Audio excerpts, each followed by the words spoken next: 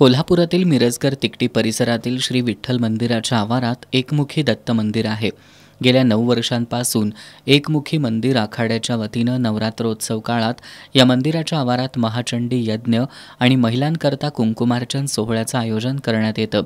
दरवर्षीप्रमाणे याही वर्षी महाचंडी यज्ञ आणि कुंकुमार्चन सोहळ्याचं आयोजन करण्यात आलं होतं. मात्र यावर्षी या सोहळ्याला नूतन मराठी हायस्कूल प्रशासनानं विरोध केलाय. या पार्श्वभूमीवर एकमुखी दत्त मंदिर ट्रस्ट आखाड्याचे मठाधिपती संतोष गिरी गोसावी यांनी मंदिराच्या आवारात आजपासून आमरण उपोषण सुरू केले.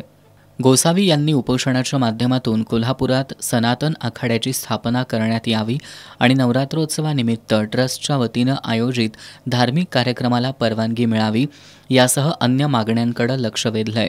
हिंदू महासभेचे राजेंद्र तोरसकर, सुनील सामंत, डॉक्टर कृष्णदेव गिरी महाराज, अभिजित राऊत, राहुल चव्हाण, विशाल भोंगाळे आदींनी या उपोषणाला पाठिंबा दिलाय.